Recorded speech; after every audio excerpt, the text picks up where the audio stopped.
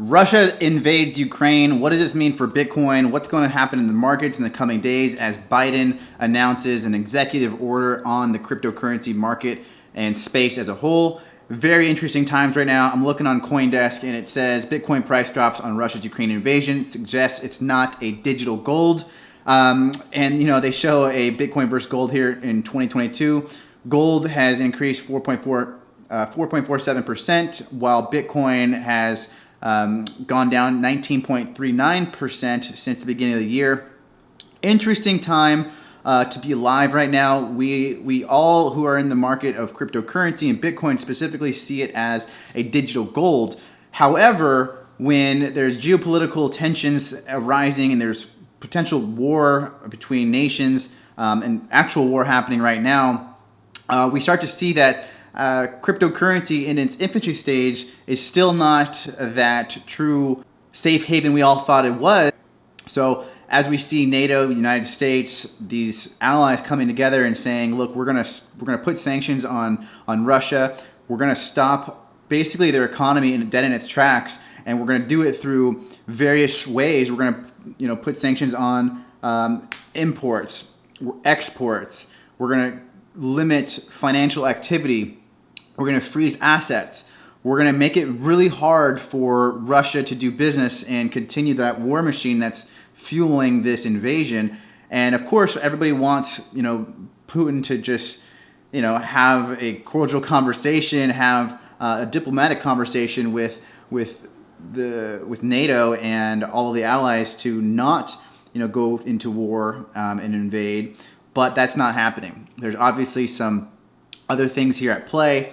And we're seeing markets react. Cryptocurrency is down. We see interest rates not being affected as much. I'm in the mortgage business, and we're seeing high interest rates still. But you gotta think.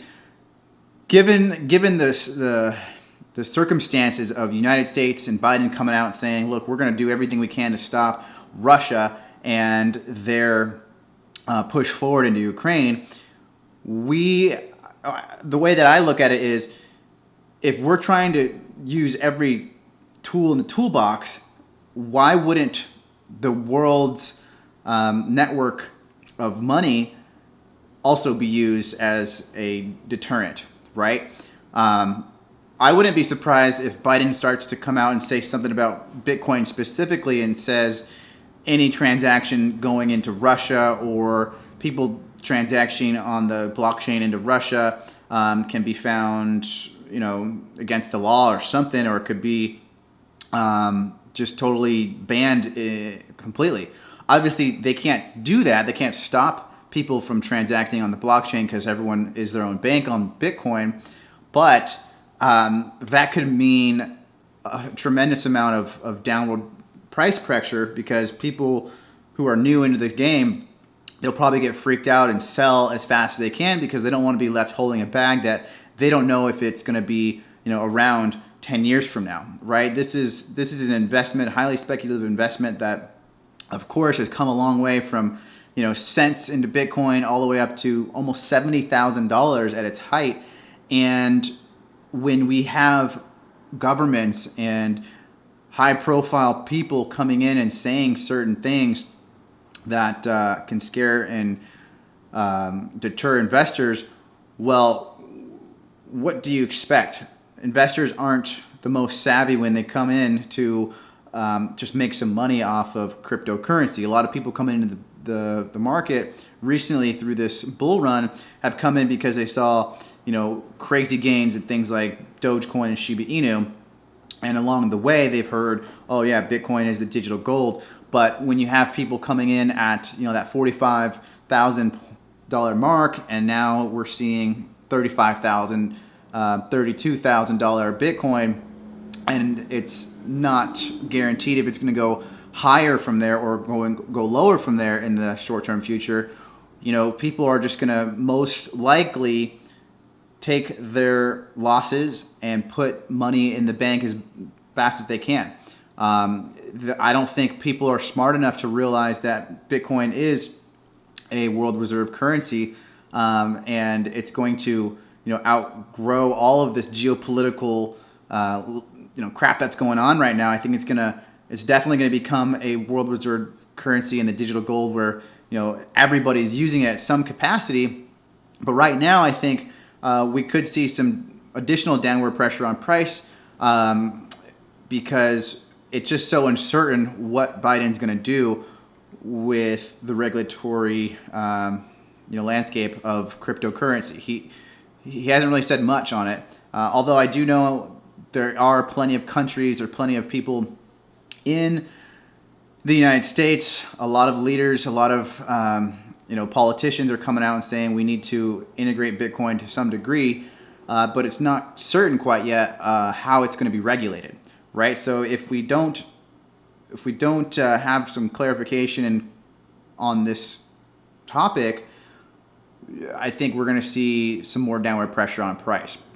But it may be a great thing that comes out from Biden this week, and he says, we're going to tax it just like any other asset, and banks and companies are free to implement it however that we want. But we just need to tax it just as you would any other asset like your home or whatever it is right now. Because right now IRS sees it as an asset, and you have to pay capital gains taxes on it if you sell it or buy it, and you make whatever that spread is, you pay on that spread and taxes. So it's an interesting time here. It's very unfortunate that the people of Ukraine are going through this invasion. I couldn't imagine living in a country where bombs are falling on me. I've had some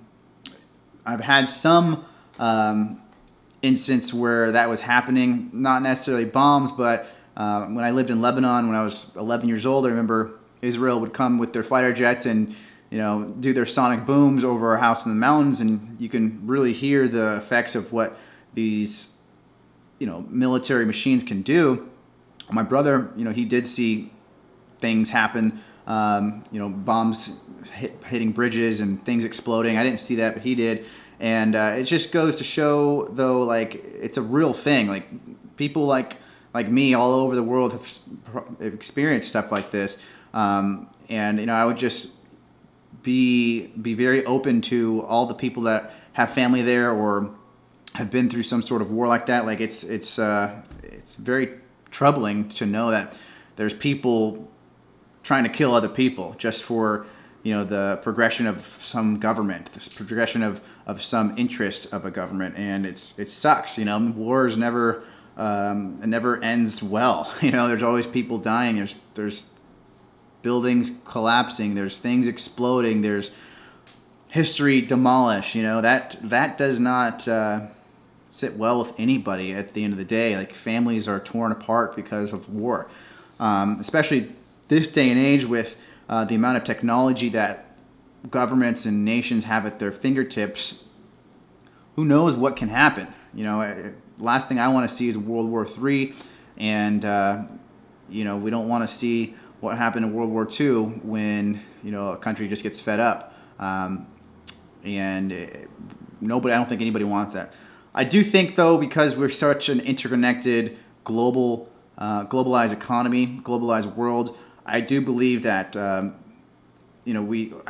believe in the human intellect. I believe in humanity. I believe that people still have some understanding that doing such devastation on one another is not good, especially for your own economy as a country. If you were to go into World War III, if we were to have such drastic, I don't know, if we're going to have drastic measures put on Russia, and we do start getting into this war as the United States, that could trigger World War III, and that could be very consequential for everybody.